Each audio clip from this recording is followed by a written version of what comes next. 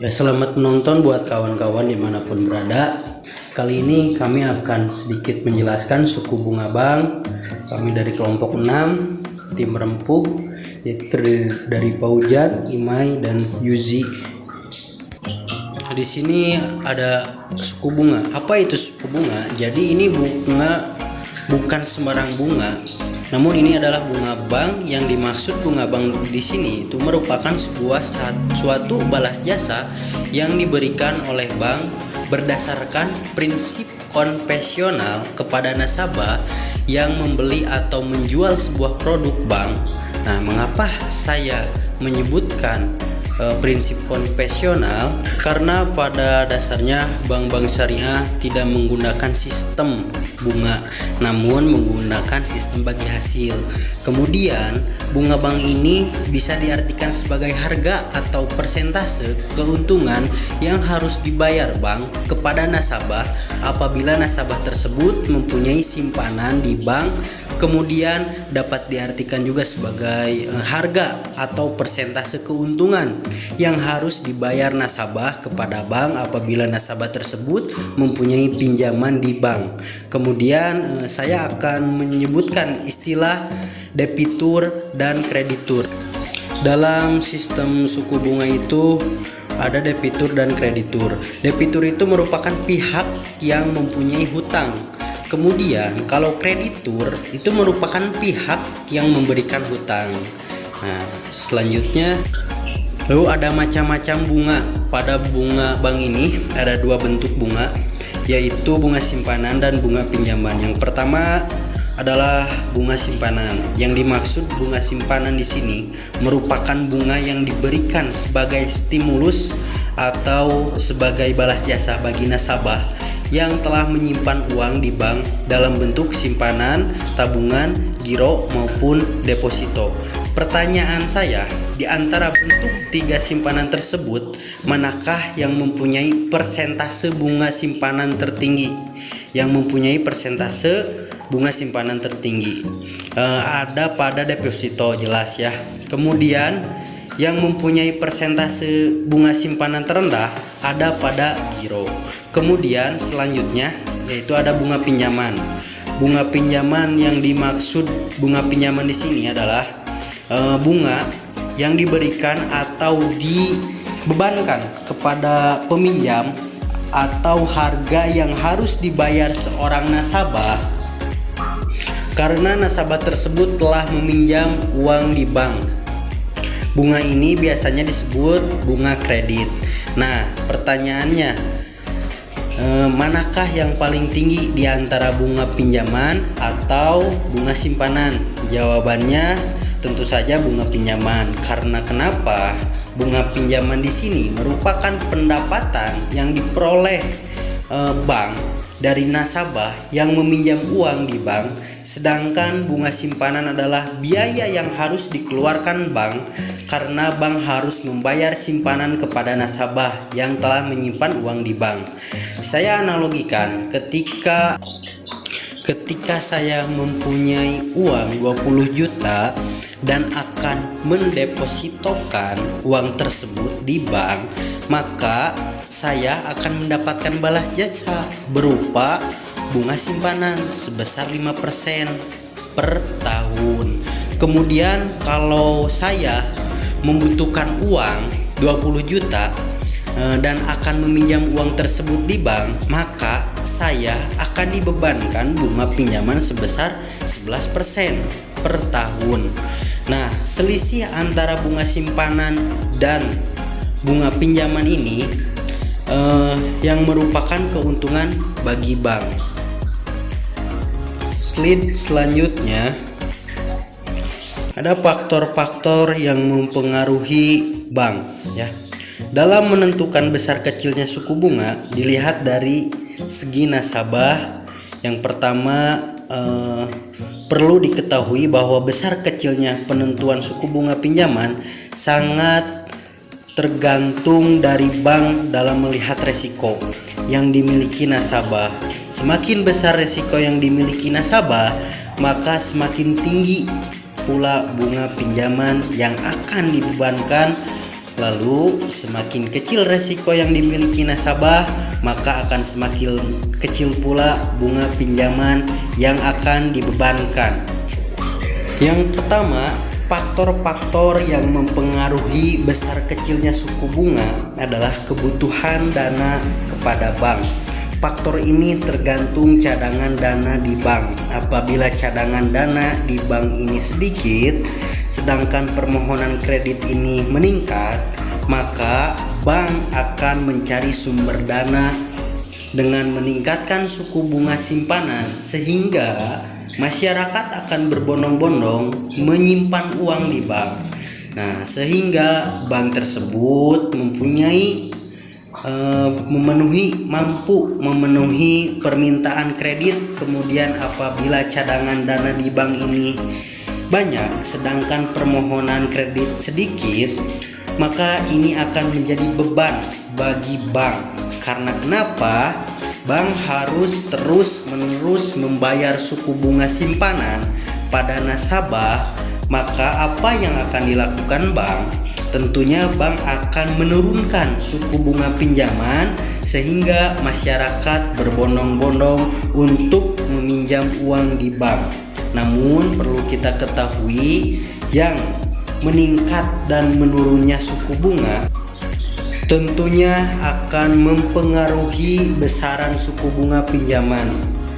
Begitupun sebaliknya. Kemudian yang kedua, target laba yang diinginkan. Nah, faktor ini jelas bahwa target laba akan menentukan besaran suku bunga simpanan maupun suku bunga pinjaman yang akan dibebankan kepada nasabah.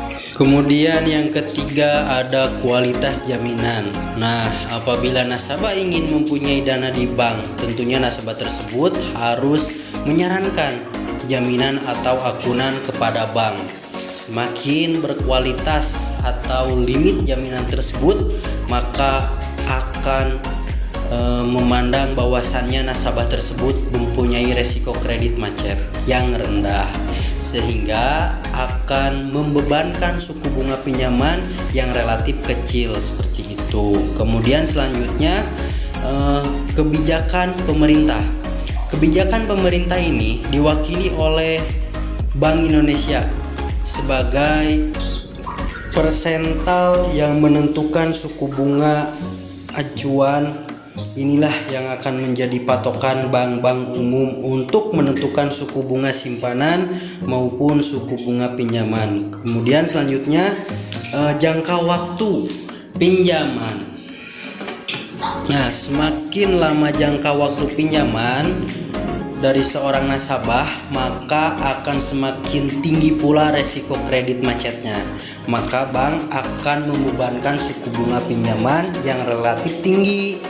Seperti itu. Sebaliknya, kalau semakin singkat tenor pinjaman, jangka waktu pinjaman, maka resiko kredit akan semakin kecil. Maka beban bunga pinjaman pun akan relatif lebih kecil. Kemudian selanjutnya ada reputasi perusahaan. Apabila yang meminjam atau debitur ini adalah badan usaha, semakin redepil atau semakin reputasi perusahaan tersebut baik, maka resiko yang dimiliki debitur tersebut semakin rendah. Maka bank akan membebankan suku bunga pinjaman yang relatif kecil. Kemudian yang ketujuh adalah produk yang kompetitif. Setiap bank pasti punya produk yang kompetitif untuk menarik nasabah dengan menentukan besaran suku bunga pinjaman maupun suku bunga simpanan. Kemudian selanjutnya adalah hubungan dengan bank. Semakin baik hubungan dengan bank, maka akan memilih bahwasannya bank akan melihat bahwa risiko kredit macetnya semakin sedikit, maka bank akan membebankan suku bunga pinjaman yang relatif sedikit. Begitupun sebaliknya. Kemudian yang kesembilan adalah persaingan. Nah, setiap bank dalam persaingan tentu akan menentukan suku bunga yang lebih kompetitif.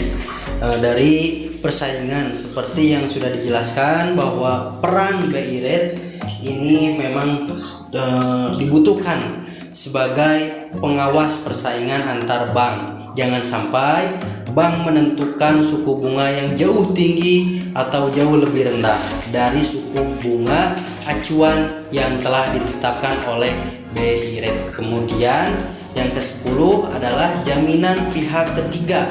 Jaminan pihak ketiga ini apabila nasabah tidak mempunyai jaminan akunan yang laku sedangkan ingin meminjam uang dalam jumlah yang besar, nah nasabah tersebut bisa menggunakan jaminan pihak ketiga. Semisal jaminan pihak ketiga ini adalah salah satu dari 10 orang terkaya di Indonesia.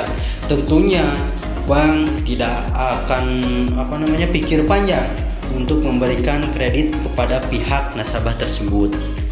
Lalu slide selanjutnya, komponen penentu suku bunga yaitu biaya operasional, cadangan resiko kredit, laba yang diinginkan, dan pajak.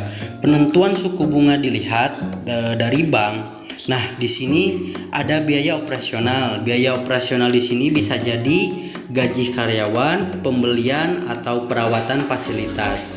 Nah, komponen biaya operasional ini akan masuk dalam penentuan suku bunga. Begitupun dengan resiko kredit. Setiap kredit mempunyai persentase resiko kredit macet, maka komponen itu akan dimasukkan dalam penentuan suku bunga. Yang kemudian selanjutnya ada laba yang diinginkan. Sangat jelas ya bahwa komponen laba yang diinginkan tentunya akan dimasukkan dalam penentuan suku bunga. Dan terakhir itu pajak, karena setiap kegiatan bisnis tentu ditarik pajaknya. Kemudian slide selanjutnya, lalu ada jenis pembebanan suku bunga. Yang pertama itu jenis suku bunga berbentuk flat rate. Ini diberikan kepada kredit yang bersifat konsumtif kebutuhan seperti pembelian rumah tinggal, pembelian mobil pribadi, atau konsumtif lainnya. Pembebanan bunga ini dari awal angsuran sampai akhir itu mempunyai bunga yang relatif sama. Dan dari tanggal 1 itu bisa dilihat bunganya hanya 1 juta, sehingga pada akhir tetap 1 juta. Jadi tidak ada perubahan, itu termasuk ke dalam jenis pembebanan suku bunga flat rate. Lalu slide selanjutnya, yang kedua ada sliding rate. Sliding rate ini diberikan kepada sektor produktif dengan maksud nasabah merasa tidak terbebani oleh pinjaman. Pembebanan bunga setiap bulan dihitung dari sisa pinjaman, sehingga jumlah bunga yang dibayar nasabah setiap bulan menurun seiring dengan berjalannya waktu. Nah, dilihat dari sisa pokok ya sampai 10 juta terakhir ke 12 kali bayar, itu jumlah bunganya akan turun. Yang pertama pada pembayaran pertama itu 1.200.000, namun di akhir itu 100.000 ya, bukan 1 juta. Jadi ketika sisa pokok semakin sedikit, maka bunganya pun akan semakin rendah begitu. Itu sistem sliding rate. Slide selanjutnya ada floating rate. Floating rate di sini menetapkan besar kecilnya suku bunga itu dikaitkan dengan bunga yang berlaku di pasar uang, sehingga bunga yang dibayar setiap bulan sangat tergantung dari bunga pasar uang pada bulan tersebut. Ya, biasanya pada KPR akan diumumkan biasanya KPR mengumumkan bahwasanya pada tahun pertama sampai tahun ketiga ini tergantung fixed rate, yaitu sebesar 7%.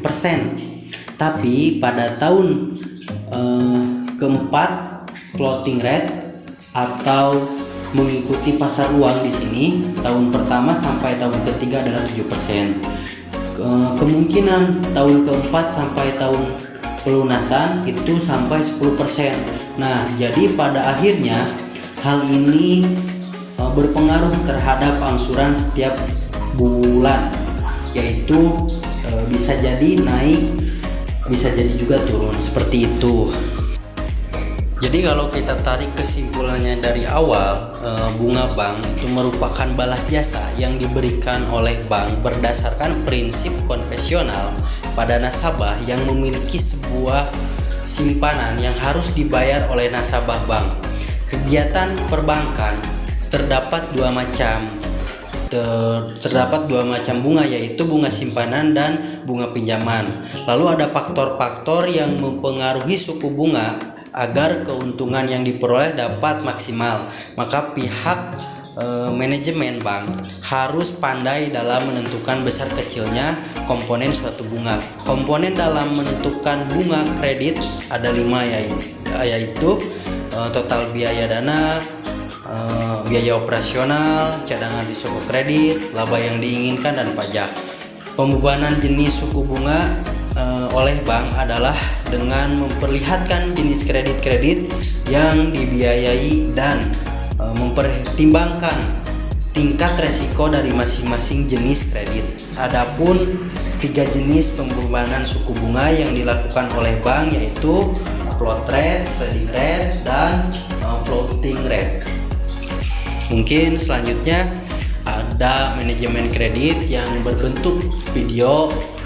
Mudah-mudahan yang disampaikan dapat teman-teman bisa mengambil sedikit pelajarannya. Mohon maaf saya banyak kesalahan. Boleh di kolom komentar di chat apabila ada yang kurang-kurangnya. Sekian, terima kasih untuk semuanya.